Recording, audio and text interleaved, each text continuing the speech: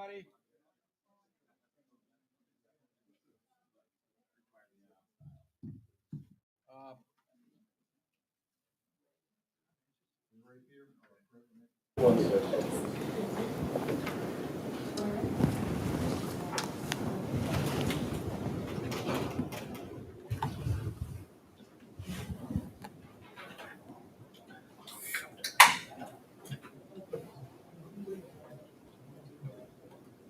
All right, welcome to the SS Security Studies Program Wednesday seminar. I'm Roger Peterson, Acting Director, filling in for Taylor Frabel. Today, we are fortunate to have Professor Peter Henne with us today. He is the Associate Professor of Political Science and Director of Middle East Studies in the College of Arts and Sciences at the University of Vermont. He has a longer history, including working at the National Consortium for the Study of Terrorism, responses to terrorism, and also before that he was in the private consulting world with Booz, Hamilton.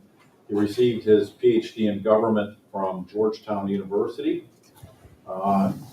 Today he is going to talk about one of the two books he has written. In 2017 he wrote Islamic Politics, Muslim States and Counterterrorism Tensions. And he just had a book come out, Religious Appeals in Power Politics, which came out with Cornell just in October, I believe. Is that correct, Peter? That's right. Yeah, so he's going to talk about that today.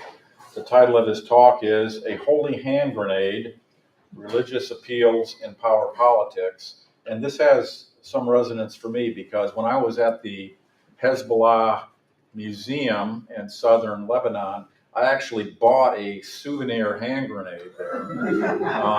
It's a keychain and flashlight, and I don't think it's a holy hand grenade, but I did get that at the Hezbollah Museum as my souvenir. And so with that introduction, Peter, over here. All right, thanks. I didn't bring props. Sorry, that's good, yeah. That's what I heard. So I drove in from Vermont last night. I'm from Philly, and I worked in DC for 11 years. And I realized I've completely forgotten how to drive in cities. So if any of you were stuck behind a Civic with Vermont plates, that was totally lost. I'm sorry. And you might be stuck behind me again when I try to leave this afternoon. All right, so thanks for being here. This is, as Peterson said, I'm talking about my new book. It's a very nice cover, very affordably priced from Cornell Press, if anyone's interested. You can check it out. So in Monty Python, the Holy Grail, right? King Arthur's knights are struggling to find the Holy Grail to achieve their quest. They're stymied when they come up against the dread Rabbit of Caerbannog, right? This fearsome beast. Don't know what to do. So they ask their resident cleric. He brings out the holy hand grenade of Antioch. King Arthur counts 3, tosses it. Everything's solved, we think, right? And a lot of countries around the world seem to think or hope that religion would work like this holy hand grenade when they get stuck in tricky areas of power politics. Right, so you have this difficult balance between advancing your interest, maintaining your morals, or areas where you're gonna take a policy, enact a policy, but backlash is likely, so you appeal to religion, and it resolves the problem for you. And we can see various examples of this. Right?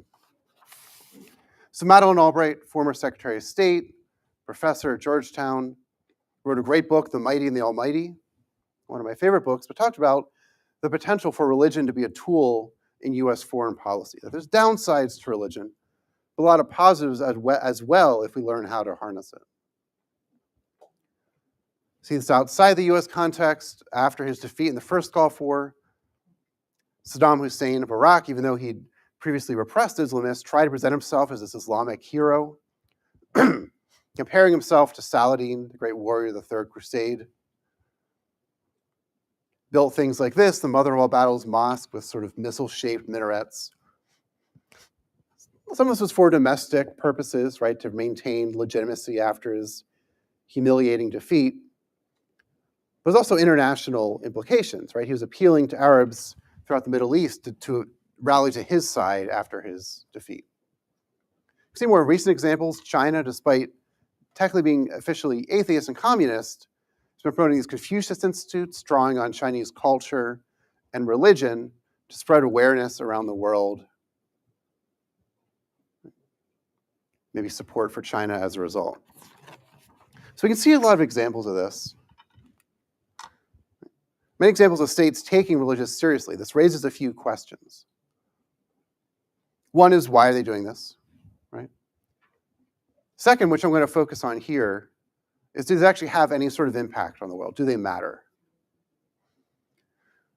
I think it's interesting that they exist in the first place, right? But ideally, we want to see them actually changing international relations. And there's pretty big stakes, right? This question matters, because there's two sides to debate on whether religion matters in international security power politics. A lot of the study of religion and international security, which is where I come from, is interesting. We've accomplished a lot, but it's stuck in this sort of triumphalist mode. Religion is just going to transform international relations, reshape power politics. States will change what they care about thanks to religion. It's not really true, and we struggle to really demonstrate that. Security studies, I'm not going to say all of security studies, but significant amount of security studies kind of just pretends religion doesn't exist. When we look at studies of America, Russia, Saudi Arabia, main cases in my book, a lot of them really avoid getting into the religious angle, and I think that's a problem. We're missing a lot of what's going on. Okay. Policymakers, meanwhile, just are flailing. So when I was in DC, I worked with Pew Research Center and other places. There's a whole lot of interest in incorporating religion into foreign policy. We had working groups, we had roundtables. They had no idea what they're doing. Right? A lot of money, I mean, not compared to a lot of the military budget, but a good amount of money is being dumped down the drain on these initiatives. And most of what happened was sort of preaching to the choir, right? No pun intended, but we'd have these events where everyone in the room would agree that religion is really important, and it would never actually have an impact beyond that. So gaining a better understanding of how religion matters, if it does in power politics, is going to influence a lot of areas. So the main takeaway of this talk, right, in case you need to leave early or you're in the elevator later, you want to chat about it, is that these appeals to religion and power politics are a potent tool for states, but they're unwieldy. It's hard to keep them under control, and more often than not, they produce effects that aren't what states desired. All right, so what I'm going to do here is talk generally why and when they matter. We're talking about, provide one of the cases from the book, talking about Saudi Arabia in the 1960s, and then some broader implications. Okay. First, what am I talking about? Right, so religion can matter in a lot of ways in international security. Specifically, I'm talking about religious appeals, which are these references to religious standards and symbols in official pronouncements or debates the states use to justify their policies or go after rivals. So power politics, then, this is talking about building or disrupting international coalitions meant to advance a state's interest. Some recent interesting work on power politics. So a lot of this involves conventional military instruments like threats or alliances, economic interests like sanctions, but there are also cultural and symbolic instruments states use to draw people to their side or take apart enemy coalitions. And I argue these religious appeals are one example of these cultural or symbolic instruments. Okay. So why would they matter? Right? The starting point is just they matter because religion matters a lot. Right? It's a huge part of most people's lives around the world, their identity.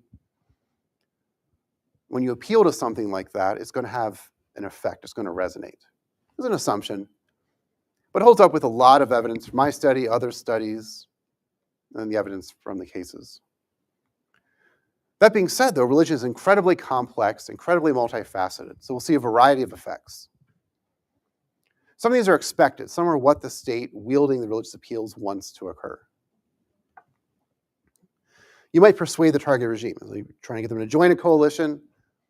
You frame your appeal in religious terms. And, oh, sure, I'll go. That sounds good. Some might be more domestic. Right? So the leader might not really care, they might not listen to your religious argument, but it resonates with the people. They agree with what you're saying, they want to join your cause, and then they'll pressure their leader to go along with it. A lot of the effects are going to be unexpected, not what the state wielding the appeal wanted to happen. Religion's very complex, as I mentioned. So appeals to religion are also really complex. Any religious argument can be twisted and turned in many directions. As a result, it's easy for the target of the appeal to twist it, to turn it back on you and criticize you. So you can lose control of the messaging. It can raise the stakes of the dispute. The stupid joke, like, don't talk about religion and politics, Thanksgiving, whatever, but it's true. You're having a negotiation over trade, it's tricky enough, but then you make it about deep-seated religious identities or beliefs. How do you get out of that? This raises the pressure in the room, the blood pressure. Finally, a lot of Western-dominated international statecraft is secular. It involves, reference to realpolitik, state interests. If it does talk about ideologies, it might be liberal, secular ideologies, environmentalism, secular human rights. So when people start talking about religion, they're a little confused about what's going on, don't know how to respond to it. If you try to form a religious program or initiative, you don't have a lot of basis to go off of in terms of judging its effectiveness. It might be unfamiliarity with what's going on, and also just misdirected, wasted resources. So this is what we're going to see, different effects, expected, unexpected, and they're going to vary. They're going to vary. You see two main variables, right? One is how credible the wielder is. This is partly due to themselves, right? Their background, their history, their culture, their behavior. Are they acting in line with the religious values they're espousing? Or is it sort of stretch? And then does it fit or resonate with the culture of the targets?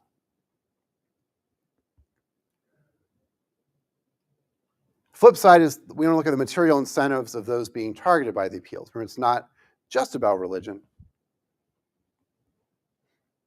Do they have a reason to go along with what the state's doing? Are the religious appeals and the material incentives working together or against each other, cross purposes?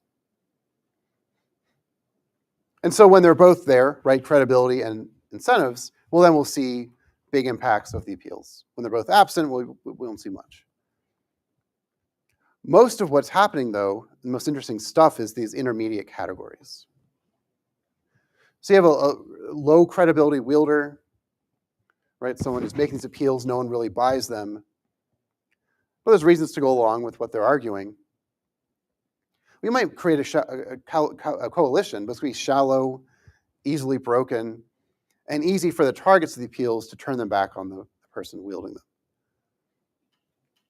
Flip side, you've got a state that's pretty credible on the religious issues, but there's mixed incentive. The states they're targeting are wary of going along for other reasons.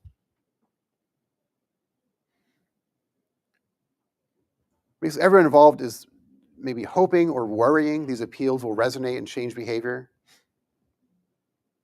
But the bigger impact will just be to raise the tensions and the stakes of the dispute. Okay. That's the basic idea of when they're going to matter. How I looked at this, it's qualitative. Looked at a couple cases that are cases we would expect to see religious appeals matter, but also cases where we expect to see the alternative explanations, conventional security studies, also matter. Meanwhile, these cases are really different in every way besides the significance of religion. How I did was I looked for evidence, right, that would basically be unlikely to exist if I was wrong. This is sort of Bayesian process tracing, people like Andrew Bennett have worked on. And I used diverse sets of data. Some of this was pragmatic based on what I could find. There's also some validity here, is that I'm not depending on one data source for everything. All right, so that's the basic argument, how I think it's going to work. I'll give you one example of this from the book. Saudi Arabia. So Saudi Arabia, many people who talk about religion as a tool in foreign policy and national security point to Saudi Arabia as an obvious example. One key aspect of this was 1960s, this attempt to form an alliance or an Islamic pact among conservative Muslim states to counter Nasser of Egypt and his Arab nationalism. But as we're going to see, this case actually highlights how tricky and complex things get when you sort of toss the holy hand grenade into an issue. So just some background, right? This is a period some people call the Arab Cold War, emergence of Arab nationalism, just challenging Western dominance in the region, but also challenging conservative monarchies. So on the one side, you had Saudi Arabia, this conservative, pious, officially Islamic state, led by King Faisal, a very personally pious man, respected by a lot of conservative Muslims in the country. Also outside of the country, after his assassination in the 70s, the Grateful Dead dedicated one of their albums to him, Blues for Allah. One of my greatest successes so far as a professor is getting a Robert Hunter citation into a book that passed the editors.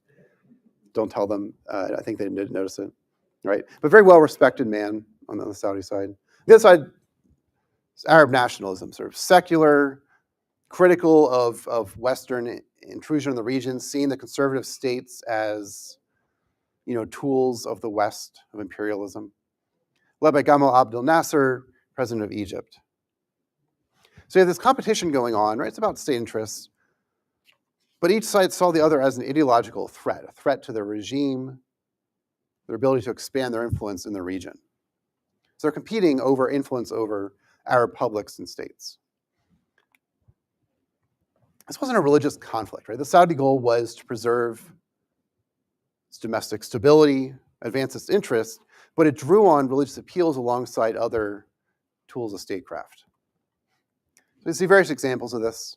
In a 64 meeting between Nasser and U.S. foreign policy officials, Faisal and U.S. foreign policy officials, Faisal said that Nasser did not believe in God, and thus had no standards of honesty. Right? So trying to convince audiences to follow his side rather than Nasser's because of the different views in religion. We saw propaganda being used, right? Stressing Islam as a defense against what is called godless communism. One U.S. official said that this banner of Islam had clearly been waved as a direct attack on Egypt. So using this as a tool in the statecraft. And this is important. It's not just lip service. It's not just, cultural issues that weren't tied to real security concerns. Nasser connected this, right, to the civil war in Yemen, which became a proxy struggle with Egypt. He sent his brother, Prince Sultan, to the United States for help. U.S. officials were like, this is kind of a big deal. He's sending his brother here directly because of this ideological struggle with Nasser. And there are also indications on the Saudi side where they knew that America was annoyed by some of their appeals to religion in this conflict. Right? They knew they were going to face some costs from their ally, but they kept doing it. So one of the major areas of this was this Islamic pact, this attempt to form an alliance among conservative Islamic Muslim states against Nasser. So King Faisal traveled around Middle East and Africa, Turkey, Morocco, Guinea, Mali, Tunisia, elsewhere, calling on Islamic solidarity. In one speech, he said, "This appeal displeases some circles and some evil powers. I'm absolutely sure the Muslims will join forces and cooperate with this just cause and with piety." We're directly tying this alliance, this struggle to Islam as a way to take down Nasser. Observers noted this, basically sees it as sort of a counter ideology to Nasserism. One U.S. citizen who is close to the Saudis, kind of a shady business figure that still exists actually. I talk about Faisal's trying to rally the Arab world to resist Nasser's radicalism by evoking the spirit of Muslim faith. Observers said this basically they're treating this Islamic pact, these appeals to Islamic solidarity, as a weapon in the diplomatic arsenal. That was a quote. So the Islamic pact was treated as a serious initiative by Faisal and the Saudis to go after Nasser. So I would say that's, I could kind of stop here, right? Is that we see the case here of religious appeals mattering as a serious security tool by the Saudis. So the bigger question is, did it actually have an impact on anything? Answer is yes, it did. We saw some support from conservative Muslim states. So like King Hussein of Jordan, pictured here. So it was like, yeah, that sounds okay. There's some expression of sympathy. The Shah of Iran said he responded favorably to Faisal's appeals. But there's a limit to this. The pact actually never came together, so that's a big thing. Outside of Jordan and Iran, there's sort of polite interest, according to observers. And beyond that, Jordan never really accepted Saudi leadership unconditionally. Jordan got frustrated. They weren't getting enough money from the Saudis. That was sort of what they wanted more. They were hesitant at one point about letting the Saudis run a unified military command over Jordanian forces. So Saudi Arabia didn't solidify its control over Arab states. Meanwhile, America never really went along with it. US officials said that Faisal grossly exaggerated the impression of communist bloc presence. They wanted to keep him happy but not go too far. So there's a sort of dismissive thing where they said, let's just give him a top-level pat on the head every 6 months. Keep him happy but not actually cooperate. Other cases, America was actually getting openly annoyed with some of Saudi Arabia's efforts, saying you're causing problems here. So the pact didn't come together. People were sympathetic, but the pact didn't come together. But it freaked out the other side, freaked out the more radical Arab states. They were really anxious about what this meant. They saw it as trouble. Right? Cairo said this was a move to align reactionary powers against progressives. Nasser, president of Egypt, accused Faisal of being a traitor to the Arab cause. US intelligence assessments talk about this Islamic pact heightening Nasser's distrust. Egypt sent Anwar Sadat, then the vice president, to America to ensure America was not supporting and part of this Islamic pact. So Egypt was nervous about what this meant. Other Arab states and organizations responded more strongly. Syria condemned the Saudis as reactionary. So this appeal for Islamic unity is directed at Arab nationalists. At one point they said this is part of a broader war on the Arab people. In '66, the meeting of Arab communists talked about they want a unification of all efforts of national and progressive forces in the face of this Islamic alliance. So we're seeing that stirring up, that increasing the blood pressure in response to these religious appeals. Not the effect the Saudis wanted, but still a major effect. Right, so what does this tell us?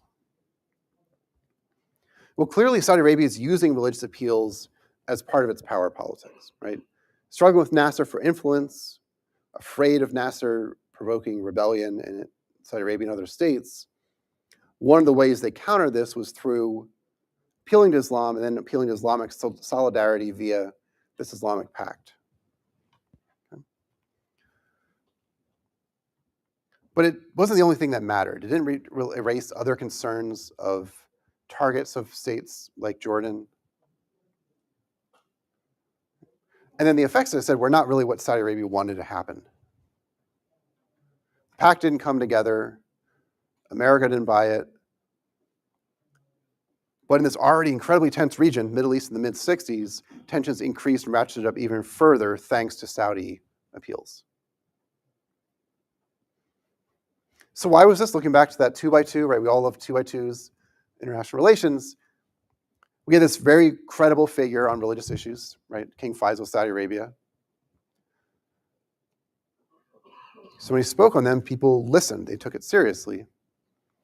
However, the targets of these religious appeals had mixed incentives. They were afraid of countering Egypt, which at the time was the biggest material force. They were afraid of stirring up and angering their own domestic audiences, which are sympathetic to Arab nationalism. So they felt sort of stuck.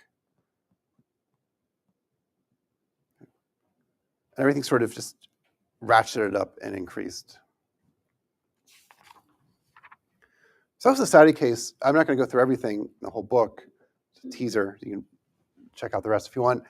But I looked at other cases. I looked at America, United States in the global war on terrorism, our attempts to promote moderate Islam, in quotes, use religious engagement to form a coalition with Muslim states and societies, the more conventional stuff, or contemporary stuff with Russia, appealing to traditional values, to increase support in the West for Russia's dominance, the Ruski Mir, the Russian world. And generally what I found there was similar dynamics. Right? Similar dynamics. The religious appeals had impacts. Some of them were in line with what the state wanted to happen. But for the most part, they're unwieldy. In the American case, this is where I mentioned the flailing policymakers. We wasted a lot of money on programs. A lot of Muslim audiences didn't quite buy that we were, had their best interests at heart when we were also bombing and arresting Muslims, things like that. Russia did form far-right networks throughout Western Europe and America, but also really polarized a lot of opinions on both Russia, but also Russian Orthodox faith. We keep seeing examples of this. So they sort of spin out of control whenever they're used. Okay. So some broader takeaways, wrapping up and bringing this together. So go back to Monty Python. So I don't want to spoil the movie for you, but it is really old. It's older than I am, so I think it's okay to spoil the ending. Use the holy hand grenade to defeat the rabbit. Everything seems right. They're about to find the Holy Grail and achieve their quest. Unfortunately, however, earlier in the film, a historian had been killed by a knight that was probably one of King Arthur's troop. And then the police raid the set, arrest everyone. This is Lancelot being arrested, and they go to jail. So the grading didn't really solve all their problems. It might have actually blinded them to the complexity of the situation involved in searching for the Holy Grail. I admit I might be pushing the metaphor a bit here. And I initially tried to have this be the title of the book, A Holy Hand Grenade, and the editor said no, because various reasons. But I think this is what happens when you use a holy hand grenade in a tense power political situation. Right? It's going to have an impact. It's going to have a big impact. Occasionally, we can find cases where it works out the way we want. I found like 2, and I talk about them briefly. But for the most part, it's going to cause problems. So what does that tell us? Right. For security studies, I guess I could just say study religion more, and that'd be great. But another thing I think it tells us is we need to shift what we think matters. And so I gave an earlier version of this talk at a conference a while ago. Very senior, rationalist/realist was in the audience. He's like, so nothing happened though. Like they didn't start a war, they didn't form an alliance. I was like, okay, fine, that's right. But 99% of international relations is not wars or alliance formations, right? It's this tense diplomatic back and forth. And this is where religious appeals, and I'm sure a lot of other cultural instruments of power politics matter. I mean, expand and think more about how that works. In terms of religion and IR, again, this is my area. This is a post-tenure book, which meant my editor said, feel free to piss people off. And so, we need to do better in religion and IR, right? We make these sort of broad claims that don't often hold up. There's a limit to what other cases we can find of religion causing war. It's like the English Civil War, right? And what else?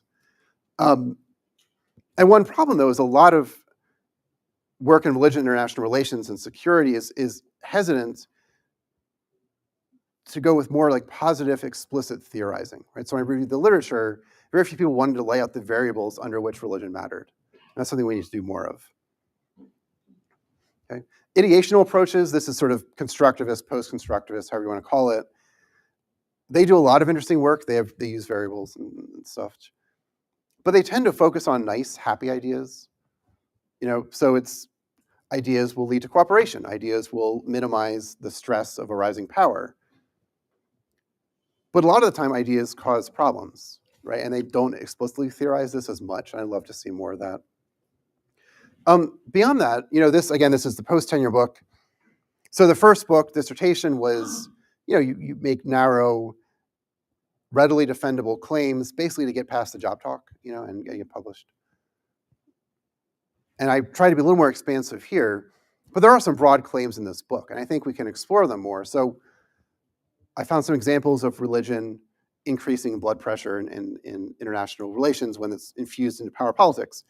Can we find that in a more systematic sense? Can we look at international statecraft and what happens when religious NGOs or actors start using religious language? How do people respond? And this is where we can leverage a lot of interesting new methodological advances, right? This book is qualitative. This sort of work doesn't have to be qualitative. So, I'm using some work in network analysis to try to get a more fine-grained understanding of religious politics. And there's interesting work on scraping the internet, computational text analysis by Professor Nielsen here. Right? And that can give us better ways to leverage all the incredible data out there to look at this process of international security. Okay. Finally, just talking about the policy implications of it. I'll explain why Reinhold Niebuhr is up here in a second, although you might have already guessed, those of you who know Niebuhr. We can't ignore the potential values of these appeals, right? They're often locked away in literally the bottom floor of the State Department. But they matter. They can be of value to us. Whether or not we want to use them, states are using them against us, right? We're getting ready for an election here in America. Watch to see what Russia does. So we need to study and understand that. How do we do that? And one is U.S. credibility. Right? This is the big limitation we ran into in the war on terrorism, because no one took it seriously. So how can we expand our credibility when we speak on religious issues? There were some efforts at this under Obama that fell apart later. It's also the idea of religious literacy. So when I was in D.C., I would sometimes teach a class, session of a class at the Foreign Service Institute on basically religions for future Foreign Service officers, and making that just as much as their education as economic issues or nuclear doctrine. Okay. Those matters as well. But the bigger takeaway, this brings us to Niebuhr, right, is that we need to be modest. Again, religion matters a whole lot, but most often it's going to matter in ways that no one likes. And so we have these great ambitions. The Bush administration was going to promote moderate Islam. Obama administration was going to, fix the world's negative image of America thanks to the Bush administration by speaking at Cairo University. That's not going to work. So we have this sort of narrower, careful policies, that may have a better impact. So actually another working title of this book was From Virtue into Vice. It's a quote from Reinhold Niebuhr. The idea that we think we're doing good by infusing religion into our power politics, but it often turns into a vice or a problem. Okay, so that's it. Thanks for your attention, and love to hear your questions or thoughts.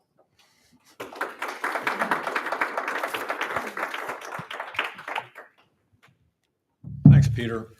You can have a seat here, I think. So I think the talk seems to be like a lot of cases, but they all sort of tend towards the middle where there's some impacts, but they're not predictable, and it's sort of a messy middle. But I was just wondering, just for the audience here to help us, can you tell us one case where it worked the best? An actor wanted to use a religious appeal, and it was very effective, the most effective case, and one where it looked like it lined up like it should work, and just went awry. So just to... Yeah. Yes, I mentioned I found a couple where it seemed to work. One is the Holy See, which is borderline, but it is kind of state. Under Pope Francis, there is when he first came to office, or whatever you call it, there was growing interest, calls to intervene militarily in Syria, and he organized this transnational peace effort, right? Talking about holding peace vigils in the Vatican and elsewhere. Talking about this religious imperative to not fight and not invade or bomb Syria to stop this horrific civil war, and it basically worked. And so there's one where he was incredibly credible on religious issues, even among non-Catholics and non-Christians, and then it lined up with the material incentives of a lot of states where they're sort of hesitant to go along with this. And this is a tricky one, right? Because on the one hand, he built a coalition, but he also took apart a coalition. And this gets to some of that messiness, the process of power politics that we need to pay attention to. So that's one where it seemed to basically work. One where it didn't. So I mentioned Saddam Hussein and trying to build himself up as this Islamic figure. This started in the run-up to the Gulf War, trying to get other Middle Eastern states to support him, and that didn't work. No one really bought it. I think the states that did was Jordan. A lot of that was due to fear of refugees, but also Hussein's popularity among Palestinians. Jordan's big Palestinian population.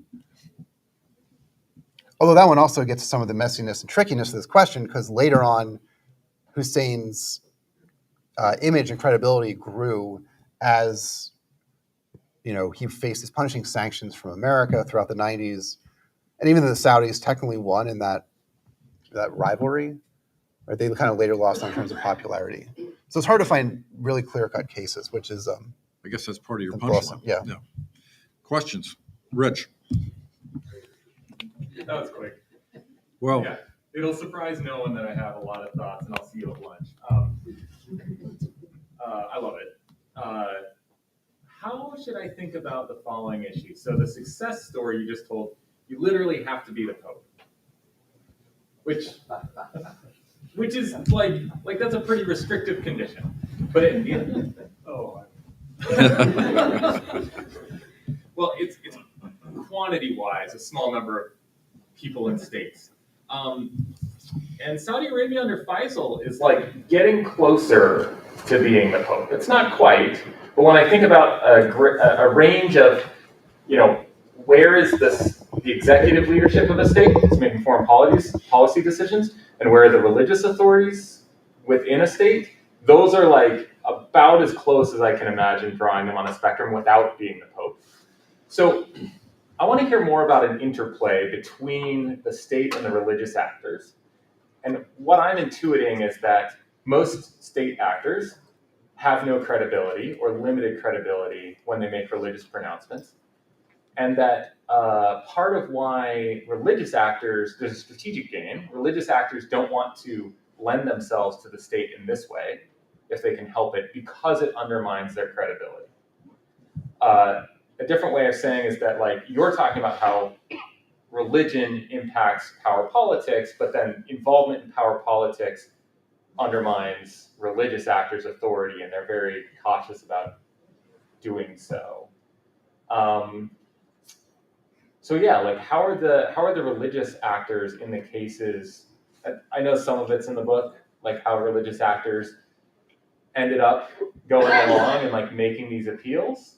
But I'd like to hear more about that strategic situation in the cases you looked at. Yeah, comparativists always kind of mess with international relations. Yeah, sorry about that. That's right. I mess with everything. Yeah, so. that's it. No, it's a valid point. And so some of it does, the part I didn't talk about in the book was this idea of the moral authority of religion varying, Chris Booz's book, in different countries.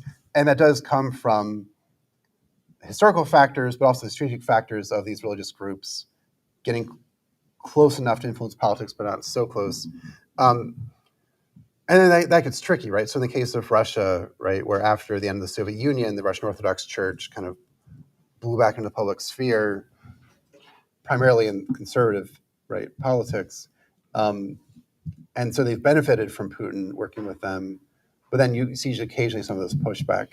And so one of the things that I don't think I got into in the book as much, but I'd love to explore more is kind of what happens next and how this is it's a dynamic process, right? And so, like, let's look what happened next with Faisal, right? Islamic Pact didn't come together. Everyone was freaking out over our Cold War, and then I didn't talk about Israel, right? So 67, right? A year later, we had the 6-Day War, June War. Arab nationalism lost. Faisal was the dominant force. And some of that was the fact that Egypt was devastated militarily, and then Nasser passed away, right? But some of that was ideologically Arab nationalism had failed. And so I think it sort of primed the pump for, and then oil, obviously, right, mattered as well. But it sort of primed the pump for the ideological shift. So I do think we're going to see some of that. And, in America, again, a different interesting case there where Bush didn't come out of nowhere. And so we had these sort of the rising evangelical activism and interest in politics tied in with the neoconservatism as well. And so I think, yes, so it's a tricky strategic element. And I think, sort of what we saw, with the Russian case was a few times where people would actually start pushing back on Orthodox recognition of festivities in Eastern Europe countries seen as a Russian support. So it is, yeah, I agree with you. It is sort of this interesting strategic dynamic. Well, Rich brought up the power of the Pope, and there's Putin, which is quite a powerful figure. Carol, I think you want to come in on this? I just want to jump in. Yeah. I think you should look more carefully at the Russian case, because my reading, especially since 2014, is that the patriarch has been one of the major pushers, major advocates for the war against Ukraine. They wanted the property of the Orthodox Church in Ukraine, etc. There are schisms within the church, and I don't think it's clear at all that there's any kind of blowback against the church. The other point I would make is Ruski Mir to me is different from the appeal of orthodoxy, if you're talking about religion. And then it's different again from the appeal to the conservative values that they're trying to play out, which leads them to support some of the right-wing forces in Europe and here, as a matter of fact. So I think that there's a real role that the church is playing. And I don't see the blowback from Putin. If anything, I think Putin could be in trouble if Kyiv will suddenly disappear from the scene. Yeah. So, yeah, sorry, the blowback is less so much in Russia, but against Russia and the Russian Orthodox Church, right? I think the split in the Ukraine Orthodox Church. There's something in Sweden just recently, some pushback on the Russian Orthodox Church getting involved. And the idea that when churches politicize themselves, they gain something, but they also lose something. And that's usually a domestic story, but it's international as well. In terms of, what the Ruski Mir means, I think you're right. But it's sort of what is Putin trying to accomplish by appealing to traditional or conservative values? And it's forming these far-right networks to give them more space to dominate their former Soviet space. Well, Navalny was buried in a Russian Orthodox service. I mean, there's only so far you can push if this is the identity they have, right? And so the blowback has to be also related to just the alternatives for identity within a state, right? Yeah. At any rate, to get in on that. Kelly Greenhill. A couple of my questions were sort of asked, but so the first one's going to kind of lead to a statement that you can address as an answer to a question, and the second question. When you made the statement that Bush was not successful, that didn't surprise me one way, because of course he's not going to be credible with the audience that he sought to persuade. So apropos of what Rich was saying, have you thought about unpacking credibility to think about who is credible under what circumstances, and maybe is it part of the problem is that some of these actors have too much hubris about how much credibility they will have with other audiences because there's only one Pope, even though some people might think that they should have this credibility for other sets of reasons. So sort of, can you say a bit more about credibility not as a single variable, but what goes into what makes a message credible or not, and why I'm wrong? The second question, or the real question is there learning across cases, or do you see learning within cases about what worked and didn't work? So we know internationally or transnational actors who rely on other identity appeals learn from what has worked in some places and not other places. Do you see any evidence of learning or failure to learn in the religious context? Yeah, thanks. So for your first part, I don't think you're wrong. And I struggled with whether I want to say it's just never going to work unless you're Pope Francis. Not even the Pope, but Pope Francis. And I don't want to go that far because even with Bush, right? There was some cases of,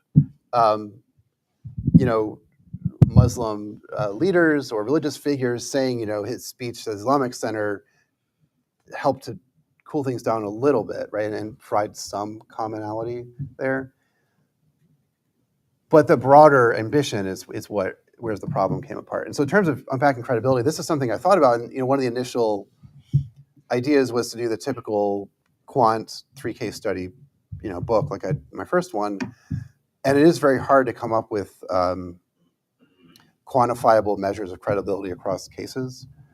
And so, in terms of Bush, the credibility in terms of, is he actually a religious person? Yes. Is his language speaking to the audience Muslims? Not really, right? And then does the broader foreign policy line up with what he says he's doing? And not really, right? And so there's I think it was a weekly standard. It was called. Credibility comes from authority, and authority that's very context dependent. Right. So Bush could have tremendous authority with a particular audience, that same audience, on a different topic, but maybe not in this. Yeah, that's possible. No, I think that makes sense. Yeah, thanks. Very posing. No, Kelly, go ahead. Sorry. On the learning? Oh, sorry, learning. Yeah, so yes, you're right. So actually, the case with the longest time horizon in this case was the U.S. case, and we saw some of that. This shift from Bush administration to Obama. Towards the end of the Bush administration, there was this recognition that finding the moderate Muslim scholar to stop Al Qaeda is not going to work, right? And so they started moving more towards religious engagement and dialogue, interfaith efforts. And we often think of that as starting with Obama, but actually did start under Bush. And there is some commonality of officials across the two. For that reason, so I think they did learn. And then there's a sense in the Obama administration, some of the people I talked to, that we had overemphasized the religious aspect of a lot of extremism before. And so we downplayed that, still finding common goals. So I mentioned some of the positive stuff from the State Department. The Office of Religion and Global Engagement under Sean Casey was meant to focus on religious issues, but not security-wise. And so that was an effort. Of course, that was cut under Trump. So I think we did see learning in that sense. I would love to do follow-up and looking more at how Putin's strategy changed currently. But you're right. Yeah, learning is part of it too.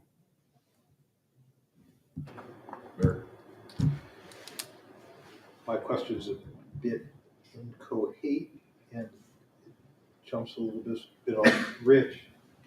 I wonder if there's a fruitful distinction to be made between religious appeals that have a pan movement quality to them.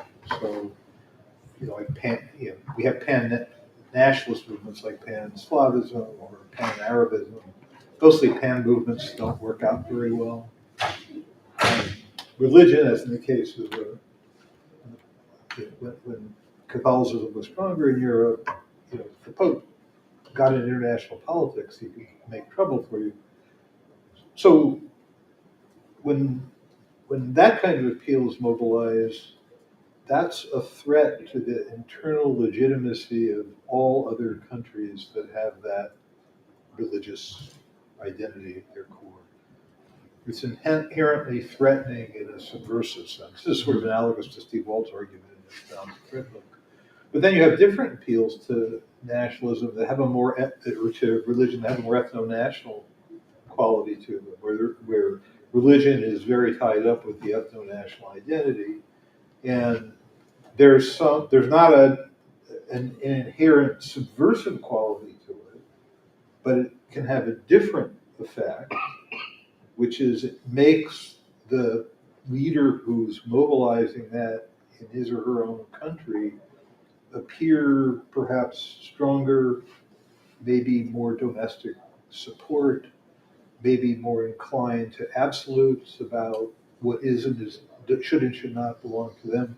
So it seems to me that depending on which way religion is mobilized, whether it's mobilized in terms of the pan movement, which is obviously a question associated with the facts of the case, is there even one you could join, versus this other property, which I think is more, a little bit more like we're trying to get at the Ruski Mir, it has a different set of ripple effects. Both may make others view you as more of a threat, right? But the pan movement makes everybody view you as a threat who's in that community. So I'm not surprised that the Saudis didn't get much help, because had they gotten it, it would have been conceding to Faisal as the closest thing to the Pope a legitimate right to intervene in all their domestic affairs, which would have been nuts, right, for any state to do. So I'm just wondering if you think there's any traction in this distinction. Yeah, I think that's a good point. And so one of the limitations I raised later is, right, I'm talking about mainly Christianity and Islam. That's one thing, is both more universal religions. But there's also the question of nationalism, like the earlier question on Russia. And I do raise this as a counterfactual. Like, so if Putin had just tried to dominate the former Soviet space without talking about LGBTQ issues and all these traditional values and getting American conservatives online, would he have succeeded? And I wonder if yes, right? Because that wouldn't have raised the same ire of so many people in Western Europe and America. And this comes up a lot, with studies of terrorism. Like, we talk about religious ideologies. There's a difference between global religious ideologies and religious nationalism. They have different impacts. I think that's valid. Although I do think that once you move from nationalism, which is, delineated by a space or a region, what have you, to religion, which is going to push back on that, we're going to see a little bit more different effects, and it's going to have a broader resonance. But that's an empirical question, I guess. We have some people in the queue, but I want to switch gears a little bit and just try to get at some of this at a little lower level. And so we have a lot of military fellows that served in Iraq and Afghanistan. We have military chaplains. They're maybe used to talk with the other religious people on the ground. The interesting thing about the U.S. in the Middle East is it's actually not our religious appeal to like fellow Christians. It's de-Christianizing what we were trying to do. And that if I teach a class on emotions and politics, and I show Bush's speech after 9/11, and there's great effort to say Muslim or Islam is a religion of peace, and this isn't the Crusaders, that this kind of thing. But on the ground, I'm just curious to bring some of the military fellows in. What were you seeing, and what was the role of our chaplains, and can we get our own rhetoric about de-Christianizing why we're there and why we're not Crusaders? Was that effective, or is it just like, wow, this is just an appeal that is not working at all? Marcus, you must have some idea on this. Can I think for a minute? Yeah, sure. Anybody else? But I just want to sort of bring this. I find, and what you brought up in your talk about the Pan-Arab versus Islamic, the Pan-Arab movement is like a flash in the historical pan, and it was really quite a failure, I think. And Islamists are not going away, and it's because some of the religious identity does have this resonance, which I think the language identity and the historical identity does not, which makes it very impactful, like you say, but also because religion can be used in so many different ways. You can read the Bible in a million different ways. It makes it unwieldy. But maybe you can just talk a little bit about the de-Christianizing kind of rhetoric the United States tries to use here in invading and occupying Islamic countries. Yeah, I mean, so there was that idea under Bush of sort of, right, as you said, but the goal here is the fight is not, Christianity versus atheistic communism like we had in the Cold War. It's the shared value of moderation versus extremism. Right? And then Obama tried that as well with the appeal to the Muslim world or Islamic world he had at Cairo University. But we slip up sometimes, right? So Bush did use crusade in one of his speeches by accident. That doesn't work out well. And then this question is, to what extent do people buy it? And some people would say, like I talked to say, yeah, we would find like small scale cases of people would be a little more willing to talk to us as we tamp down language, but there's this baseline skepticism and wariness. And so, you know, the chaplains issue came up. You know, I had mostly interacted with State Department people, but I did some work with the Berkeley Center at Georgetown, which is Center of Religion, and they had a big initiative on looking at how military chaplains could be used not just to minister to our own troops, but as sort of interfaith engagement efforts. And as far as I remember, it was sort of a nice idea, but I don't think we ever got to the point of operationalizing and testing it. And that's the tricky part of it, right? Is how do we actually go to the next step and figure out how it works? And I can talk about frustrations with the DC foreign policy religion community, but I don't need to. So, with what you just said, what I'm curious, because largely your talk, which I appreciate, is focused on geopolitical, geostrategic level. What effect did you find, if any, on the effect at the individual or, in the case of Iraq, community, tribe, these subgroups within the nation state in mobilizing based on the message that was intended? Yeah, I mean, so the success stories I found in the U.S. case were those one initiative we had in Pakistan, working with a religious school to figure out textbooks that are still authentic to faith, but not promoting extremism or whatever we're going to say. And they appreciated, the U.S.-backed NGO working with them and the change there, or an FBI agent working with a mosque to develop good information, and then one of the imams said, "Hey, we've got this kid who's looking into ISIS stuff. Can you come talk to him?" And there's that positive effect. Not enough to transform everything, but when we think about in the grand scheme of things how much those small initiatives cost, right? It's incredibly cost effective. And I was thinking of I'm watching The Wire for the 8th time. I watch The Wire, but the TV show. But the message is these big social programs are never going to work, but you can save one kid or one community at a time, and that seemed to be where it worked. Which someone can say, well, that doesn't matter, right? That's not success on the scale Bush wanted, but it's still a success. And finding a way to shift our ambitions is what I was hoping for, and that's where the Niebuhr bit comes in. And my assumption is that's largely a product of credibility. I think so, right? So Institute for Religion and Diplomacy in DC is those groups that's worked with religious NGOs forever, gets funding from the U.S. government, but it's not spouting this sort of fighting terrorism line, and they're seen as more credible then, even if the U.S. government's not. I go back to Q, right? I think you were next.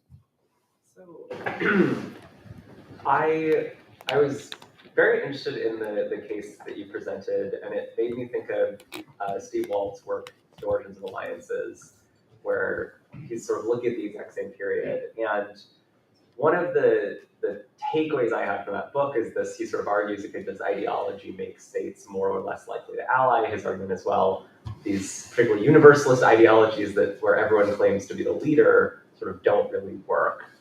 And I guess my question, my curiosity, the thing that I was thinking about is, should we really, as IR scholars, just be treating religion as another flavor of ideology, the way we might treat liberalism, communism, fascism? Or do you think there's something particularly different about it as a concept? And then B, would you have different predictions or takeaways compared to a scholar like Walt about how religion should influence something like alliance formation? Yeah, good questions. One of the critiques I get on this book and my other work from religion and IR folks is that I'm downplaying the importance of religion, which might seem weird in this room, but that I'm not saying religion is everything. And I did start out with the idea that religion is fundamentally different from nationalism, secular liberalism, whatever. And I still think that's right, but they do function in similar ways. The idea that you can appeal to nationalism, appeal to religion, it might have different empirical impacts, but it's not going to be like religion transforms and undermines all support for nationalism. And I think that's one of those big, broad questions we just don't like to deal with in political science anymore, for better or worse, because it's hard to answer. And so I just don't think, I found I don't get as far trying to make that broad case for religion. It matters enough that we need to look at it, but I wouldn't say it's to the exclusion of other things like nationalism. In terms of how it's different from Walt, like I've always had a sort of a ambiguous relationship with the Waltian branch of realism, whatever you want to call it. Because on the one hand, yeah, so Origins of Alliances downplays these universal ideologies, but he also sort of thinks they matter in terms of, you know, the perception of the threat. And a book like Taming American Power does talk about role of ideas and things like that. And so I think there is a role to play there, but it's much more nuanced and careful. And so when I started grad school, I was thinking like this could be like a neoclassical realist thing. And then I was told that no one cares anymore. I don't know if that's true, and I'm sorry. That's just what I was told. But there's that thing is like, so to what extent do we get purchased by tying ourselves to one of these issues or not? But I wouldn't discount that. So I signed Taming American Power to my Intro to American IR class. I actually emailed him to ask him to update it because it's like 20 years old. And he said he's working on it. So I think you're right. There is something there, and I wouldn't completely discount it. But he also usefully pushed back on this simplistic idea that Arab nationalists will automatically ally with Arab nationalists. Conservative Islamic states will automatically ally with conservative Islamic states, which fits with what I found. So. Just a couple of empirical things, just about religion and nationalism. Barry had this point. You know, being married to a Serb, there's no difference between the religion and the nation. To be a Serb is to be Orthodox, basically. And there's plenty of atheist Orthodox, which makes no sense if you're a Lutheran, but makes plenty sense in Serbia. The other thing about, in the Middle East, I'm shocked at how easily Baathists made themselves Islamists in the Iraqi case. And it was like there's something powerful and drawing about religion, I think, that Wright's question is getting at, and where it stays in some place, but not all the places, which gets into your point about the messiness of how this works in different cases, I think. Phil Hahn. Well, anyway, I appreciate this. I actually have Morgenthal's Scientific Man versus Power Politics sitting next to my bed. And so I appreciate this idea of pretty rational discussions of religion. The thing that I was anticipating when I was listening to this talk that I didn't really hear come out except in the Q&A was you had two expectations. One had to do with persuading a target. The second was mobilizing domestic policies. And I really want to ask more about that mechanism, particularly how, or when is the question you said, when will religious appeals motivate domestic audiences? And I assume you're talking about the target's domestic audiences, although they could be elsewhere. And how is there potential for blowback there, or when does it just fall flat? Yeah, thanks. So I'll just start off, this is the preface, it's not a secret. Like I started writing this book hoping to find cases of religious appeals mobilizing domestic publics, like Putnam's reverberation and leading to durable changes in policy. I just didn't find a lot of it.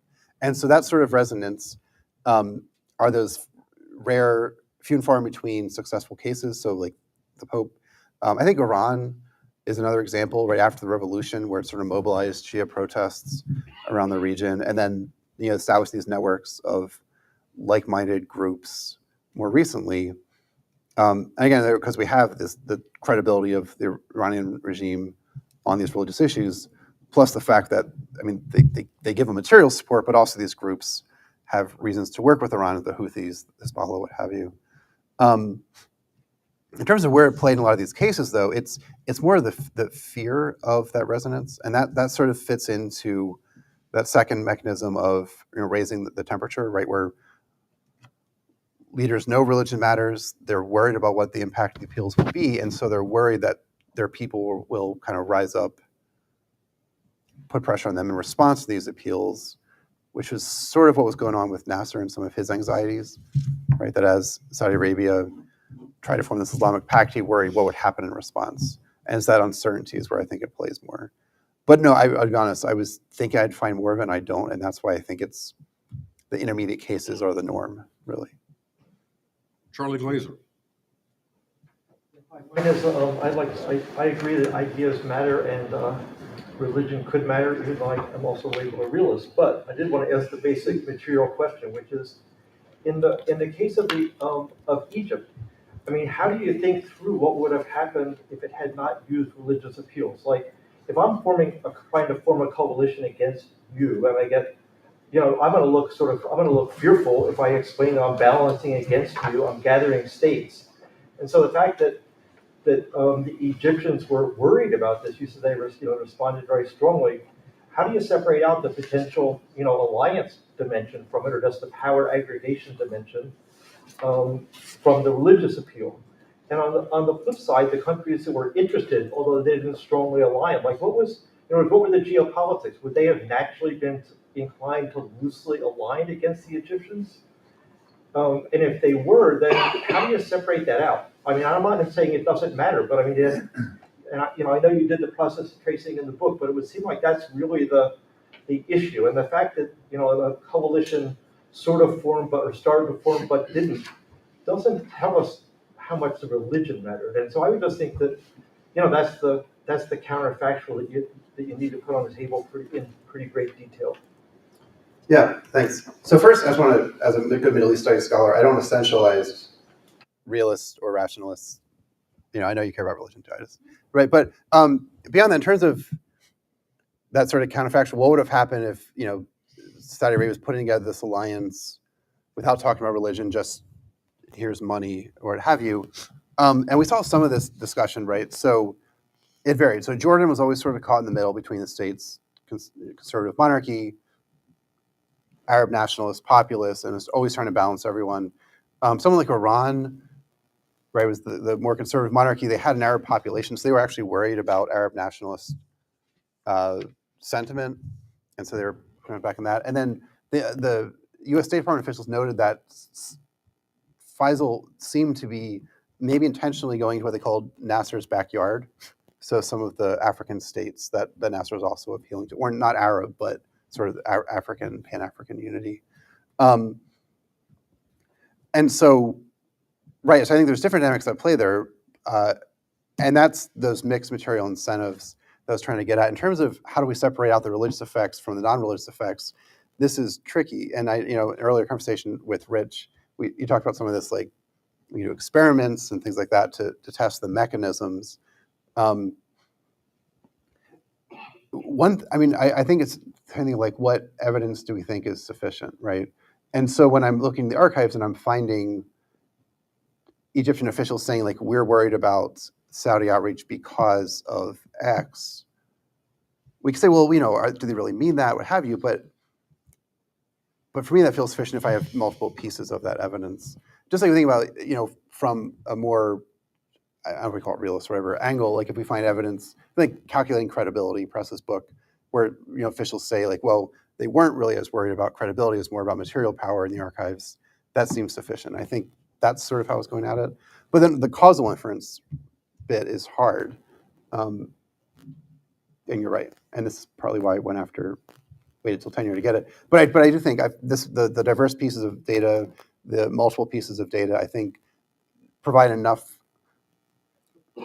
evidence there that it'd be hard to make the case that this is all completely random noise. So thanks. You bring up in your conclusions about how we should study religion and international politics, and this is something that's important. And I'm just curious what we do here in the political science department at MIT, and what if you get, I want to put some grad students on the spot. If you were to get an exam question at the end of it, beginning of your third year for an exam, what is the role of religion in international politics? How would you have answered it, and what is the literature that we're giving you that you might want to, that you would have approached it? Ben? I think I will attempt to answer that while asking my own question at the same time. Okay, go ahead. So from your talk, I share a lot of the concerns from other questioners, which is how you disentangle the independent effect of religion, as Roger just said. And so specifically in the context of nations that change levels of religiosity over time, how should we expect that to impact their foreign policy? And so you can think of nations that have a gradual decrease in their level of religiosity, like the United States and most other developed countries. You can think of nations like Egypt, which have a really sharp decrease between Morsi and Sisi. And then there are nations that have gone from ostensibly secular states to very religious states like Turkey and India.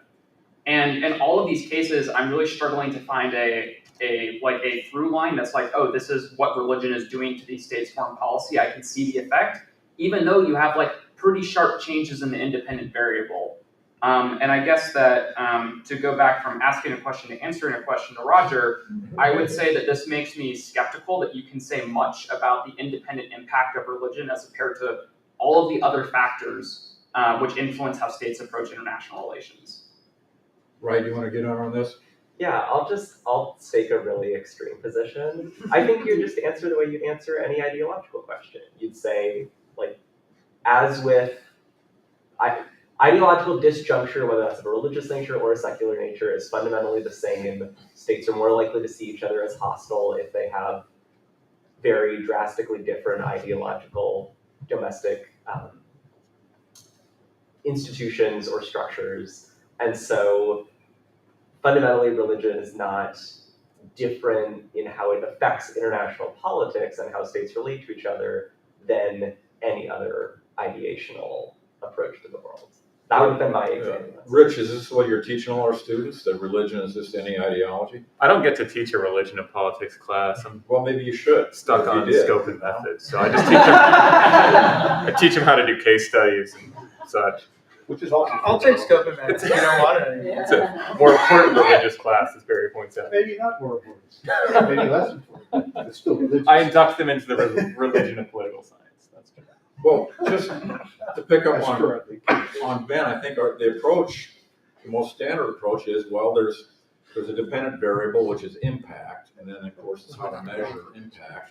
And then you get a list of independent variables. And Ben mentioned one that seems, the level of religiosity in the state which is trying to make the appeal.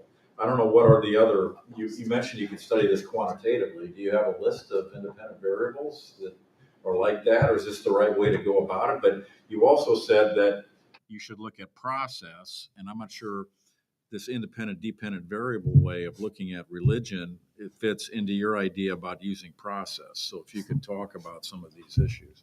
Yeah, so I think great points, both of you. I think you're right in terms of the trick is finding that variation that lines up perfectly or relatively perfectly, and that's hard.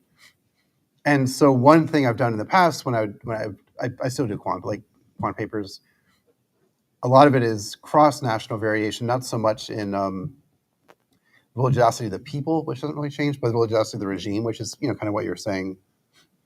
The problem is that religiosity regimes tends not to change much across time, except for these sudden breaks, like Morsi in Egypt, what have you.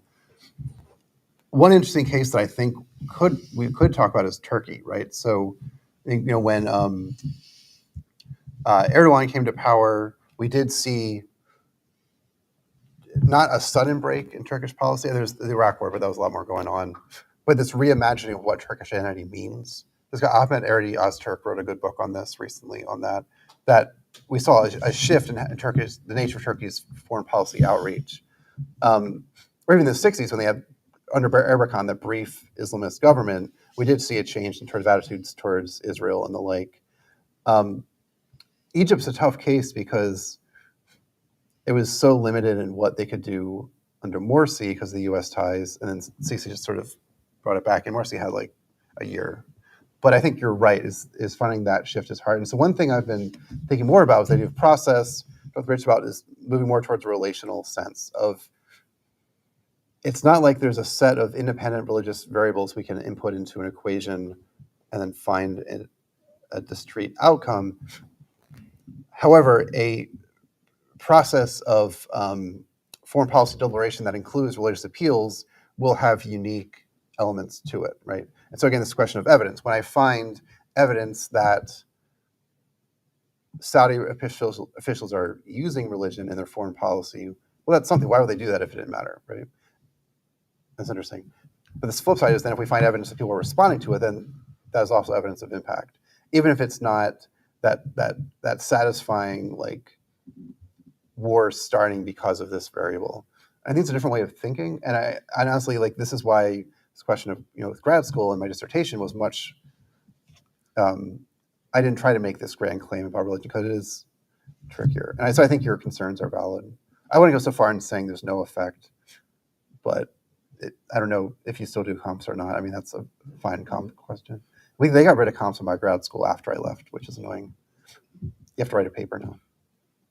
We had a debate about comps, and Josh Cohen, who used to be here, said that exams are an exercise in obsequious ass kissing.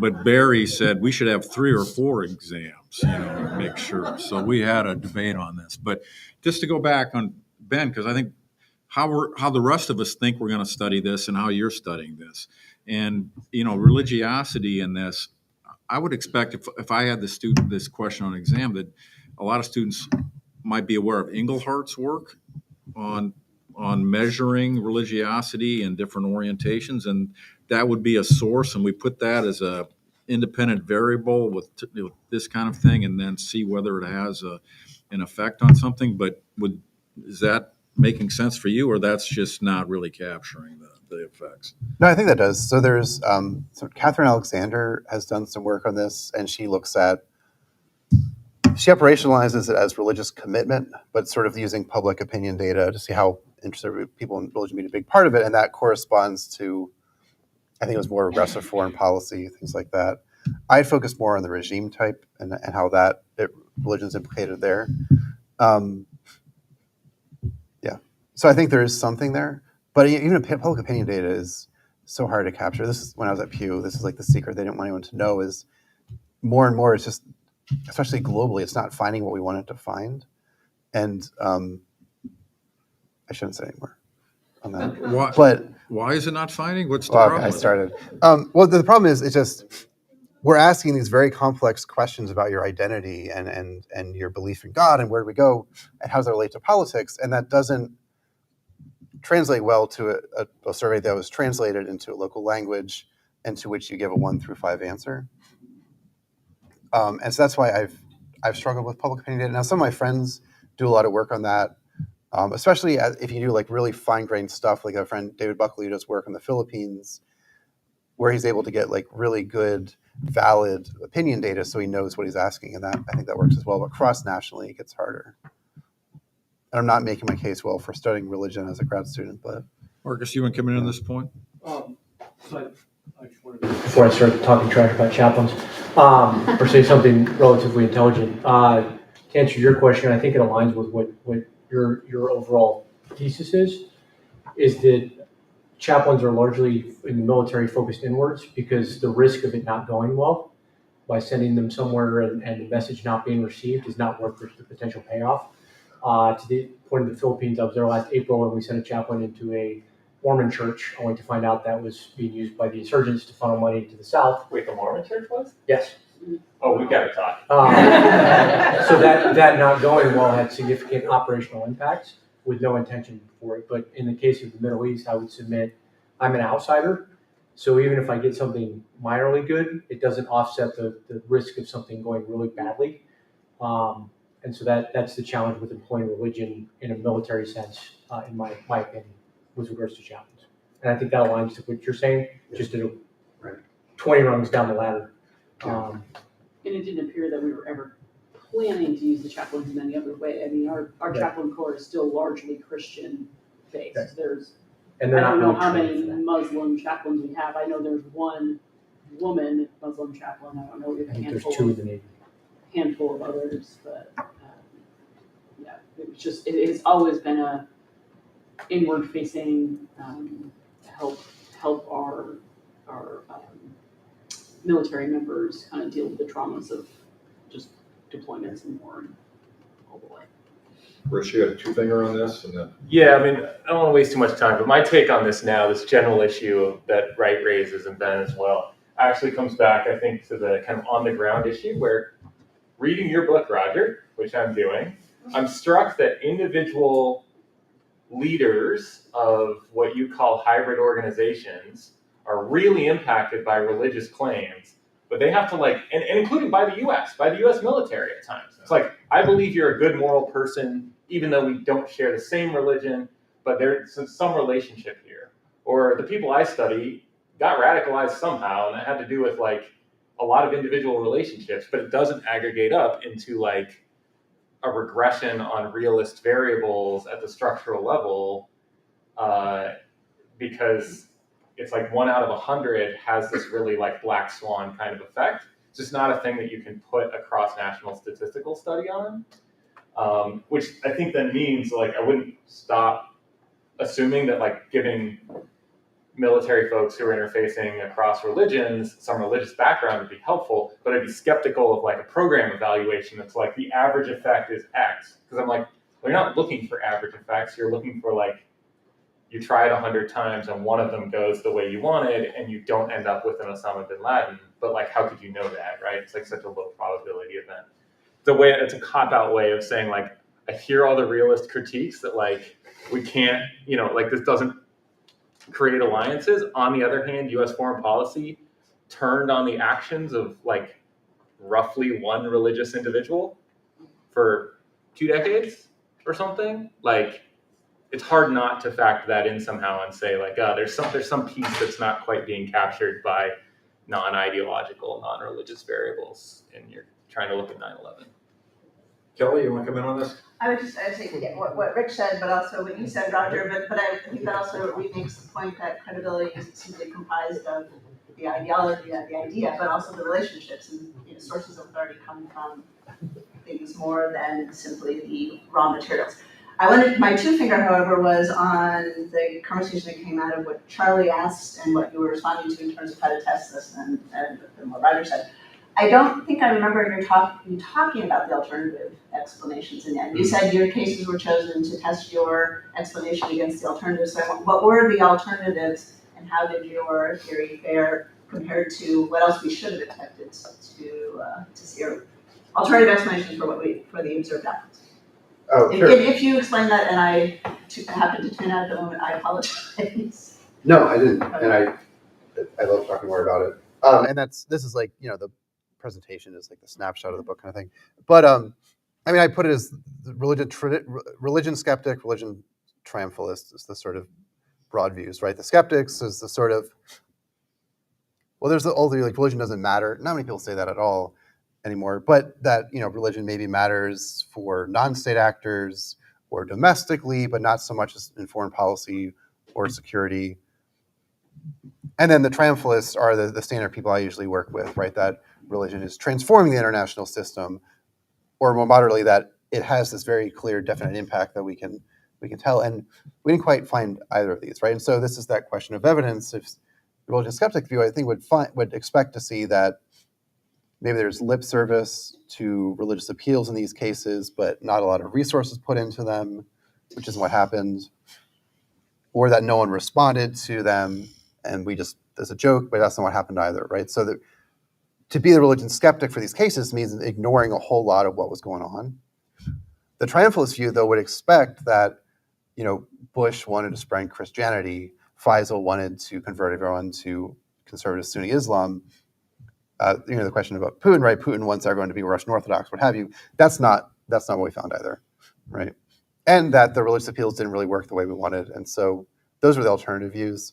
And there's always that fear of I steel-manned them in the sense I found actual quotes by people saying this stuff, right? That I found someone saying religion is not going to matter much in Russian politics moving forward.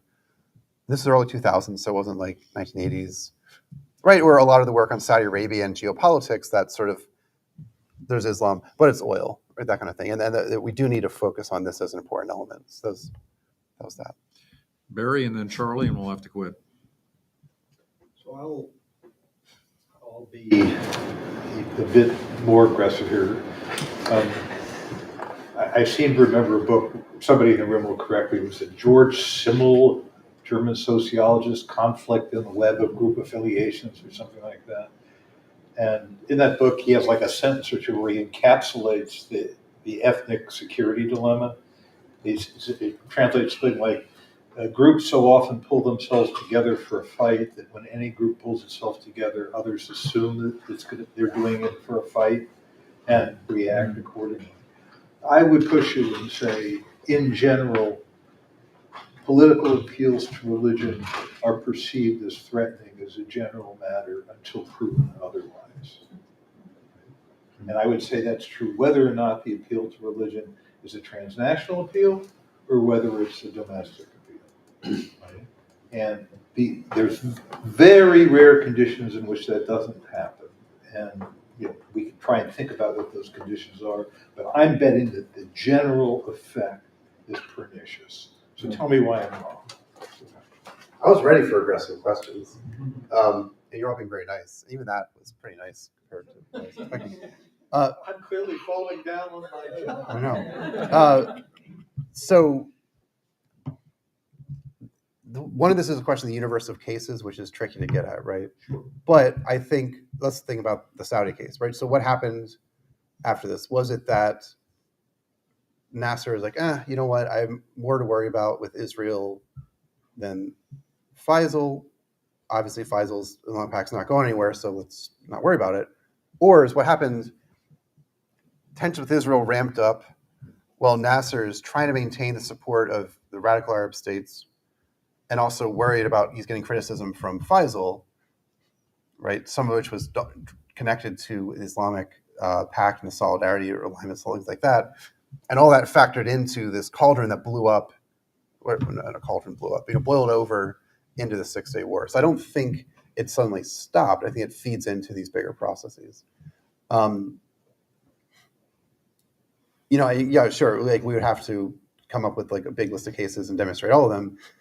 And I think some cases they do just fade away. But one of the other questions I'm getting is, doesn't this change the nature of religious politics in general? That as you're making these religious appeals, it actually increases the salience of religion moving forward rather than causing religion to disappear. And I think we see that more often than not. But it's a valid pushback. Well, that might be true. I mean, it might, I'm agnostic about where the religious appeal comes from. It could be, a result of some set of domestic forces that are that have not much to do with international politics. It could be instrumental for the mobilizing of power. But whichever it is, those on the outside looking in are going, this ain't good. And I think that's going to be the general reaction. This ain't good. Yeah. Because of it has one of two implications. The other society is pulling itself together, they're getting meaner, or the leaders of that society are instrumentalizing this ideology to build a coalition against me, or worse, to subvert my government. I mean, you can just go through and ask what the ripple effects are and ask how many possible ways could the ripple effects be good and how many are they likely to be bad. I think you're going to find way more bad ones, right? So, tracking that is good for you because it says, okay, here's another source of energy in international politics. Van Everett, he's called nationalism, the atomic energy of modern politics. Well, there's Carlton Hayes' famous book, Nationalism of Religion, tells us back in the old days, people kind of thought of it this way. So the point here is not that you don't have anything. The point is to say, I suspect that what you're looking at is more pernicious than not. I think that's fair. Yeah. Charlie, last word. Yeah, brief comment, not a great one to end on, but just listening to the conversation, it strikes me there's two different dimensions here. One is like related to Ben's question, like how religious is a state, which is sort of like its long-standing identity, although it could change. But the other is when states use religion to justify or explain their policies. That actually goes on and off, presumably more. Like you could look at like how effective were the Saudis at other times when they didn't. But anyway, I just make the point that one is the policy choice to use religion in some way to mobilize or to target compared to just what the state is as a religious entity. Those are really quite different. And you could look at them separately. I think that I have different theories for why each one of them matter. So time for respond? Yeah. Okay. Sure. Quick. Yes, you're right. But no, beyond that, I did think about that. And so one of the interesting things I found was tension between Saudi Arabia and Iran over the independence of Bahrain. Iran wanted it, Saudi Arabia wanted a referendum. And what we saw there was very conventional statecraft, none of this Islamic appeals. The difference being there's no sort of ideological competition at that time between Saudi Arabia and Iran. This is 60s, right? So where they're sort of on the same side. So it is a decision by state. It is a policy decision rather than a fixed element. I mean, that was that other question I didn't get to in the talk is when does this come into it? So you're right, that is important. Well, we're over. I'm going to tell one last story about Christian-Muslim relations that I had. I was once in the mountains in Macedonia, and I was in a Islamic village, and I was talking to people about they were in the National Liberation Army, which is an offshoot of the Kosovo Liberation Army. But I got there, and all the men came and were sitting cross-legged on the floor, about 20 of them, and the imam, they sat next to me. And I started asking my questions, and all the men said, "We can't talk with the imam here because he is the figure, and we don't. He has to speak for us." So I asked the imam question, and he says, "I can't answer political questions because I'm just a religious man." So it's like, what? I'm sitting there like 25 people, and I got to talk. But luckily, because I had a pretty robust Christian background, I said to the imam, Jesus and Muhammad both said that do unto others as you would have them do unto you. Do you believe the Macedonian government has been doing that towards the Albanian population here? And, the Christians believe in original sin. That means that, we have a higher propensity to crime. Do Muslims believe that? And does that mean that we should have a higher proportion of police along the demilitarized zone? So I had to rephrase everything, but I think I did my best to merge Christianity and Islam there. So it worked out not too badly. All right, thank you very much. Let's thank our speaker.